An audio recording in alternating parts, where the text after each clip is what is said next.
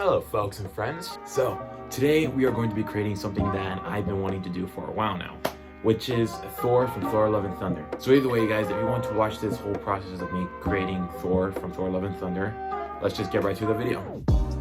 Alright guys, so to start out this clay sculpture, we are going to need the base, the clay, the wire, and the foil. And once we have all that together, we can start putting it together.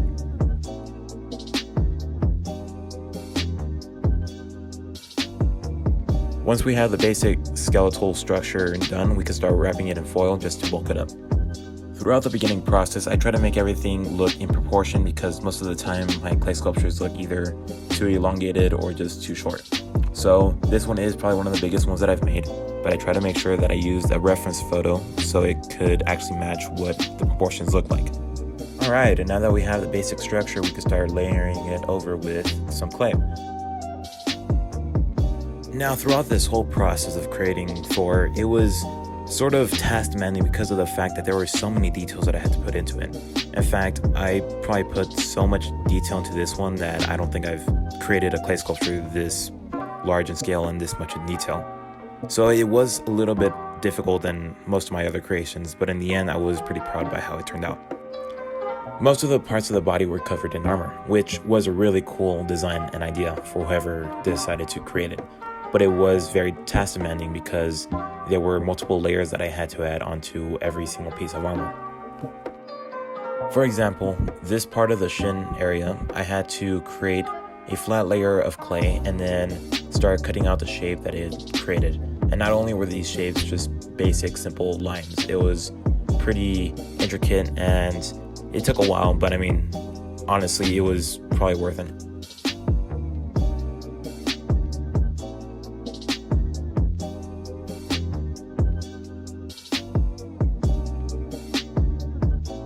Although there were some parts of the body or the armor that I truly enjoyed, which was the back of the leg, which was the part of the calf. And honestly, this part, it's just a couple lines going across each other, sort of like a chest plate or something. And it looks phenomenal. So once again, whoever created this design of the Thor armor is amazing. Alright, and now it's time to work on the knee pads, which were a little difficult to make just because they were at such a small scale, but I mean at the end, they turned out pretty fine.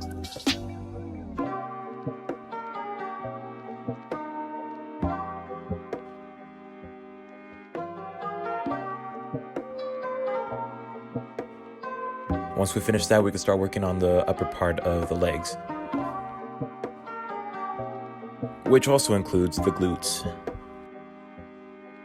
Now, most of this part was actually just the clothing itself and no armor, which means that I had to add folds and wrinkles to make it look like it's actual clothing, which wasn't a problem, but it was a little bit time demanding. And after detailing the pants off camera, it's time to place the armor that I made. Okay, and once I place that final piece of armor, it's time to put it in the oven at 275 degrees for 15 minutes, and once it's done, we can start working on the top half of the body.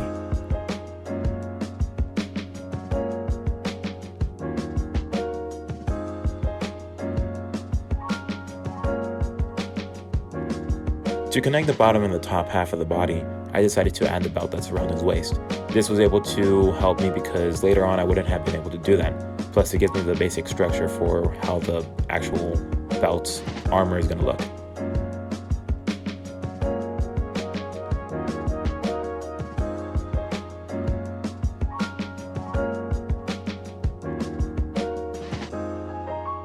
After doing a lot of work off camera, I was able to finish the belt buckle, or whatever you would call it, and I was finally able to place it on.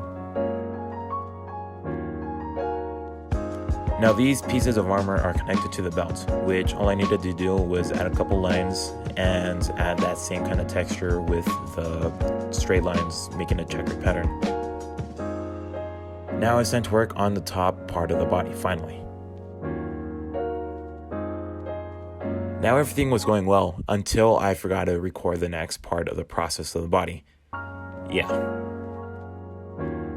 But either way, we have pretty much the whole part of the torso finished. We just need a couple more details that I can finally add.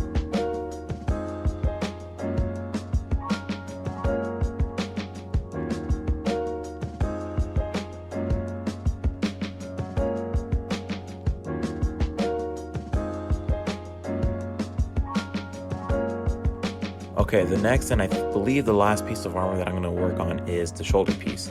Now there are two of these, of course, and they weren't that hard to make. I just needed to create a clay outline for the actual shoulders.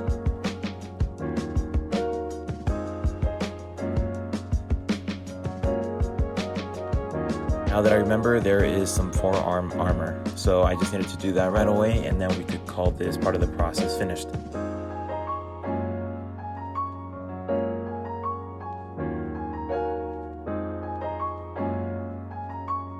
And now we could start finally working on his weapon, the Stormbreaker, which I was pretty excited to work on, especially since it was made out of wood, so it was a different color than most of what the armor is going to look like. This also means that I could start working on some different details rather than just some armor parts of the body. So right now I'm just using a long stylus tool to just create a bunch of lines, creating a wood style texture. And now the face. Now this part was super hard, not only because it was at a small scale, but I just tried to make it look as much as Chris Hemsworth as possible. The only thing that makes him look pretty much like Chris Hemsworth as Thor is his beard, which I was able to pull off pretty well just by using this kind of tool that has a pointing at the end. And off camera, I just decided to create his long strands of hair. Now we could put the full thing in the oven. Now I did separate the head and the body so they could both bake separately, so nothing breaks off from either end. Now it's time for one of the most exciting parts, which was the cape. At first I wanted to just create it out of clay, but one, it was going to be too heavy, and two, it's just going to be more task demanding. This way I like it a lot more better because one, I'm not using clay all the time, but two, it's something that actually feels like fabric and can be used as a cape. The only thing is that I needed to add some kind of protection from underneath, as you see right here. This is able to create some kind of movement in the cape itself, so it just doesn't look very static.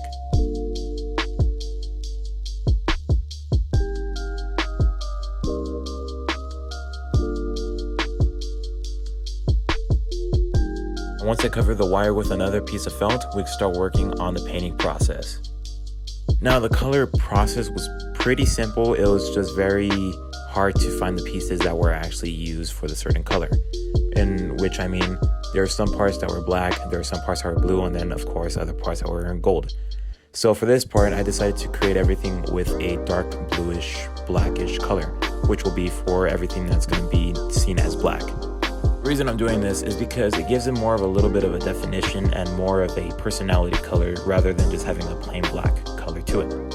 And for all the gold parts, I decided to just paint it with black first because everything metallic looks great over black paint.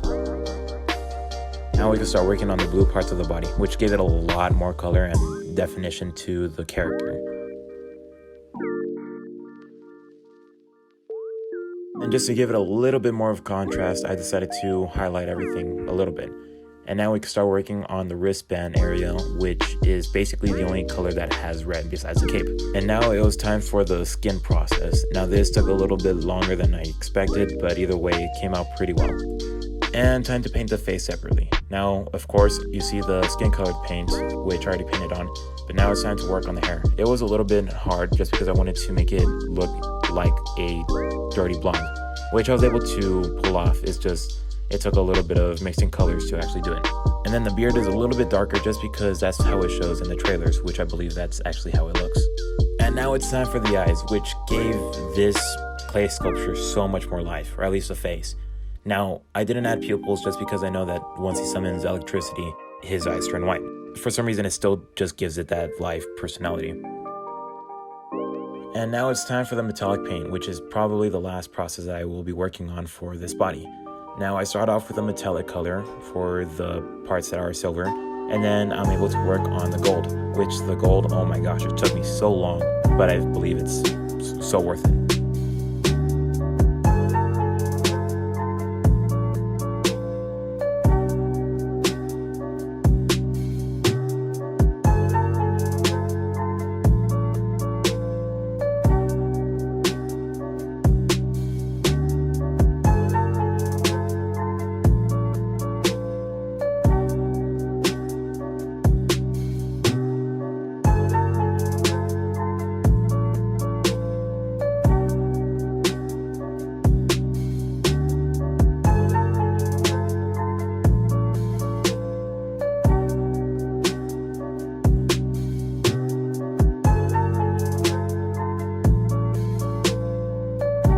Alright, and now after painting the gold parts and a little bit of highlights with a lighter blue, we can start working on the Stormbreaker painting process, which I just used a simple brown and then I highlighted it with a even brighter brown, and then I just created the axe with a silver metallic paint.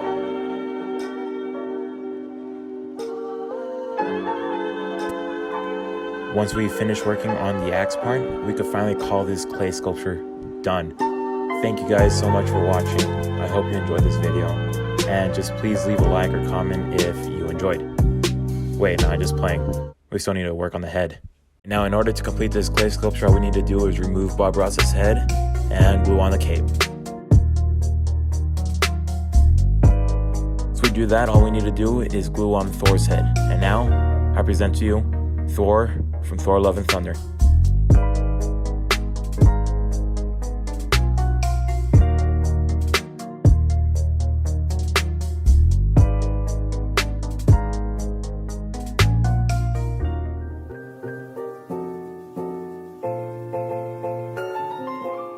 Alright guys, now that we have the final clay sculpture done, I am just so relieved by how it turned out. First off, the size of it, it's probably around the size of my hand, which is a pretty large scale. This clay sculpture is probably one of the best, if not the best clay sculpture that I've ever made. And I just hope to continue creating these kind of clay sculptures where they're at this scale and with as much detail as I possibly can add to it. Either way guys, if you enjoyed this video, please like it and consider subscribing. And if you want to check out the process that I made behind these videos and just other art pieces that I've made, go check out my Instagram account, which is at ClayCraftNation, and my TikTok, which is also at ClayCraftNation. They'll be up here. But either way guys, thank you for watching, and I just hope that you have a great rest of your weekend. See you.